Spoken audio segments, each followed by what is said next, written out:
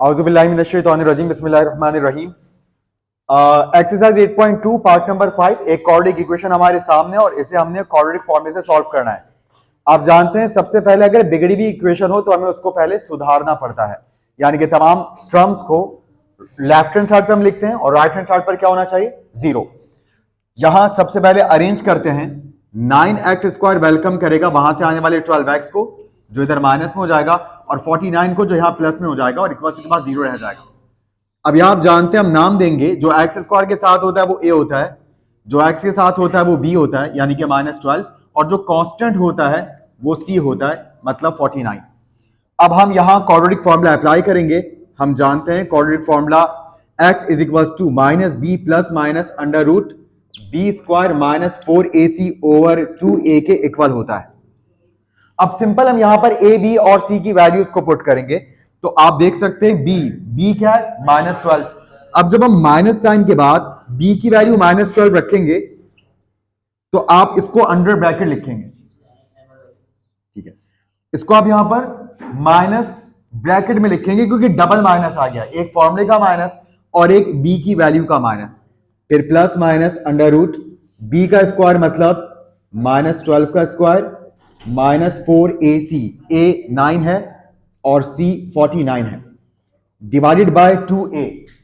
तो 2a, a क्या है, 9 है, तो हम लॉक हो गए हैं। जी तो लेट्स कंटिन्यू। यहां पर अब माइनस माइनस प्लस हो जाएगा, मल्टीप्लाई होकर, और x is equal to 12 plus minus as it is. Square root में आप जानते हैं माइनस साइन स्क्वायर से खत्म हो जाता है, और 12 का स्क्वायर क्या हो जाएगा, 144। ये माइनस साइन यहां पर एज इट इज रहेगा, और उसके बाद 4 इंटू 9 इंटू 49। इसको जरा कैलकुलेट कर लीजिए क्या बनता है with the help of calculator. 1764 divided by 2 into 9 18। x is equal to 12 plus minus under root. अब 144 में से माइनस करेंगे 1764,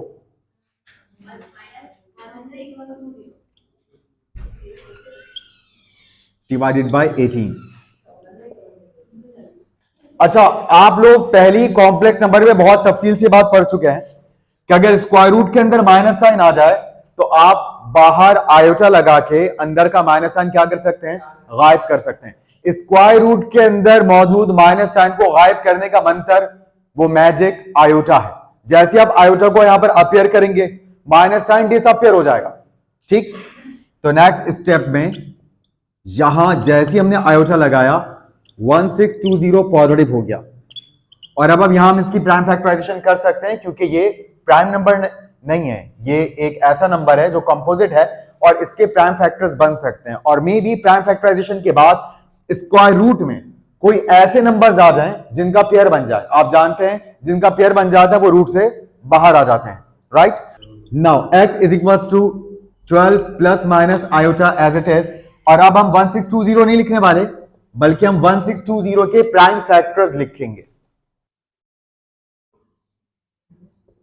1620 इसके हम प्राइम फैक्टराइजेशन कर रहे हैं, तो सबसे पहले आप देख सकते हैं इवन है तो हम कोई भी प्राइम नंबर यूज कर सकते हैं। तो 2 जो है वो एक ही इवन नंबर है, ऐसा जो प्राइम नंबर होता है वो 2 है, बाकी सारे इवन नंबर्स कंपोजिट होते हैं। तो 2 से शुरू करते हैं, 2 8 16, 2 1 2, 2 0 0, फिर 2 4 8।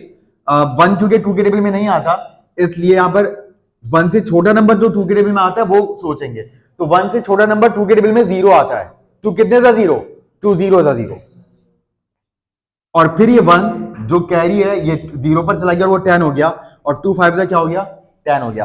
अच्छा, यहां पर मैं एक बात बिल्कुल वाजे कर दूं कि हमने यहां पर 1 को अकेला क्यों लिया, ठीक।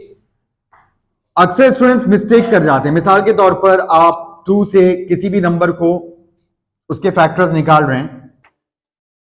अब एक नंबर ऐसा है, अब हमने देखा कि 16 तो 2 के टेबल में आता है, 2 8 जा 16, 18 भी तो आता है, 2 9 जा 18, और 2 1 जा 2। ये गलत हो गया है, ठीक। याद रखिएगा, आप 2 नंबर्स या 3 नंबर्स को एक साथ ले सकते हैं सिर्फ सबसे शुरू में पहले डिजिट के साथ। आपको प्राइम फैक्टराइजेशन में अलाउ है कि आप पहले डिजिट के साथ दूसरा नंबर इंगेज कर सकते हैं और इसको 16 पढ़ सकते हैं, ठीक। मगर फर्स्ट नंबर या डिजिट यहां पर लिख लेने के बाद फिर आपको अलाउ ही नहीं है कि आप दो नंबर्स को एक साथ पढ़ें या आप दो नंबर्स को एक साथ देखें, यह अलाउ नहीं है, यह हो ही नहीं सकता। आपको फिर इंडिविजुअली हर नंबर्स को डील करना है। अच्छा, शुरू में भी आप इंडिविजुअली डील कर सकते हैं, यानी कि आप ये कह सकते हैं कि हम 1 को अकेले लेकर आएंगे। तो उसका तरीका क्या है, आप सोचें कि 1 से छोटा नंबर क्या आता है 2 के टेबल में, 0 आता है, तो 2 0 0 या 0 लिखे, अब ये 1 6 पे कैरी चला जाएगा, तो जब ये 1 कैरी की हैसियत से 6 पे जाके लगेगा तो ये 16 होगा। मगर वही बात है, अगर आप शुरू में 0 लिख दें तो किसी भी नंबर के शुरू में 0 लिखा हुआ कोई अहमियत नहीं रखता। मिसाल के तौर पर अगर कहीं लिखा हुआ है 025 तो ये 25 ही है, मगर जब यही 0 एंड में चला जाएगा तो ये 250 हो जाएगा, यही 0 जब बीच में आ जाएगा तो ये 205 हो जाएगा। यानी कि शुरू में लिखे हुए 0 की कोई अहमियत नहीं होती, मगर बाद में या दरमियान में आने वाली जीरोस की बहुत अहमियत होती है। तो यहां पर यह बात ध्यान में रखिएगा कि आप सिर्फ फर्स्ट अटेम्प्ट में दोनों नंबर्स को एक साथ ले सकते हैं, वो भी इसलिए क्योंकि शुरू में 0 लिखने की जरूरत नहीं है, अदरवाइज प्रोसीजर सेम है हमारा। तो यहां 2 8 16 हो गया। अब हमें पता है इसको हम 18 पढ़ ही नहीं सकते, अब अकेला 1 अलग डील होगा, फिर अकेला 8 अलग डील होगा, फिर अकेला 2 अलग डील होगा।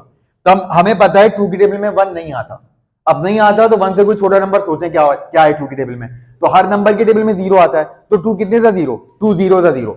तो जैसे ही आपने 2 0 सा 0 किया, 1 और 0 का डिफरेंस आके कैरी लग गया, जो हमेशा से होता है। यानी कि हमेशा से मतलब क्या है, जैसे अगर आप 9 को डिवाइड करवा रहे हैं फॉर एग्जाम्पल 4 से, और आगे 3 5 6 इस तरह से नंबर्स हैं, तो आप इस तरह से करते हैं ना, 4 2 सा 8, अब 4 2 सा 8 हो गया, 8 और 9 का डिफरेंस 1 था, 1 में जाके 3 पे लग जाएगा तो 13 हो जाएगा। वैसे यहां पर 2 0 सा 0 और ऊपर लिखा हुआ 1, तो 1 और 0 का डिफरेंस 1 है, वो 1 जाके कैरी लग गया 8 पर, और ये क्या हो गया 18, और 2 9 सा अब होगा 18, और फिर 2 1 सा 2। तो इस तरह से हम यहां पर वर्किंग करते हैं। और यह बात ध्यान में रखिएगा कि आप इसको ऐसे भी सोच सकते हैं कि अगर आपको दरमियान में दो नंबर्स एक साथ मिलाने हो तो एक 0 लगाकर मिला दें, ऐसी भी आप इसको ध्यान में रख सकते हैं, ठीक। यानी कि आप ऐसी भी सोच सकते हैं कि शुरू में तो 0 लिखने की जरूरत नहीं होती, इसलिए दोनों नंबर को डायरेक्ट एक साथ मिला दो, 16 2 8 जा 16।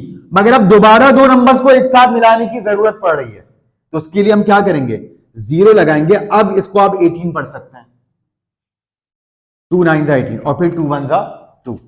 तो मुझे उम्मीद है कि प्राइम फैक्टराइजेशन में बड़ी कॉमन मिस्टेक है जो बहुत सारे स्टूडेंट्स करते हैं, इंशाल्लाह ये मिस्टेक अब आप लोग नहीं करेंगे। तो यहां 2 4 जा 8, अब वही बात कि 1 तो अकेला हमने पढ़ना था, और अब मजबूरी है कि 1 को 0 के साथ मिलाना पड़ेगा, यानी कि इसको हम 10 पढ़ेंगे तभी तो 2 से डिवाइड कर पाएंगे।